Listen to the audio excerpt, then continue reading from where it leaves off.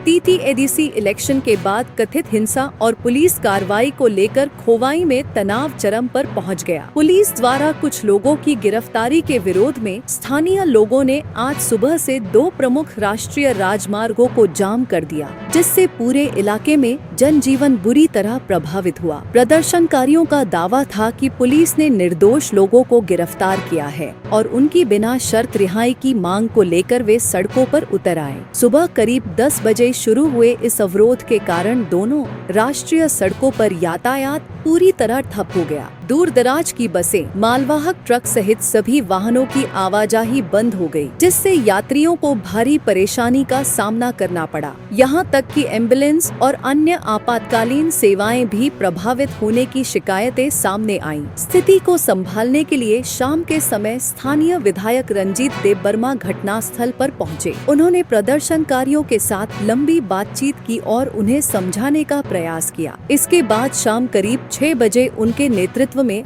आम जनता ने सड़क जाम को वापस ले लिया। अवरोध हटाने के बाद विधायक ने कहा कि पुलिस ने निर्दोष लोगों को गिरफ्तार किया है और इस मुद्दे पर उन्होंने पहले ही मंत्री टिंकू रॉय से बातचीत की है। उन्होंने यह भी कहा कि आगामी गड़िया उत्सव को ध्यान में रखते हुए और आम लोगों की परेशानी को देखते हुए फिलहाल रोड ब्लॉक हटाने का निर्णय लिया गया, ताकि जनजीवन फिर से सामान्य हो सके।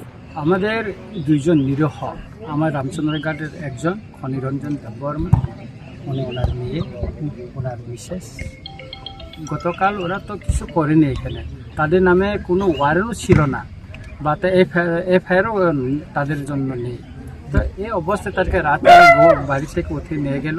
আমরা চেষ্টা করেছি আজকে প্রশাসনের বিভিন্ন স্তরে, ইনক্লুডিং আমি মন্ত্রী টিঙ্কু রায় মহোদয়ের সঙ্গেও আমি কথা বলেছি এই ব্যাপারে কথা বলার জন্য, এবং সর্বশেষ আমার মহারাজাকে আমি সবটা বিষয়গুলি জানিয়েছি এবং এখনও জানাচ্ছি। তো আমরা দেখছি যে এটা আমরা স্ট্রাইকটা কন্টিনিউ করার জন্য আমরা চেষ্টা করেছিলাম, কিন্তু আগামীকাল এবং পরশু আমাদের গড়িয়া পূজা, আমাদের তিপ্রাসাদের বাৎসরিক একটা উৎসব, এই উপলক্ষে আমরা আর এই হরতালটা আমরা আর বাড়াইতে চাচ্ছি না।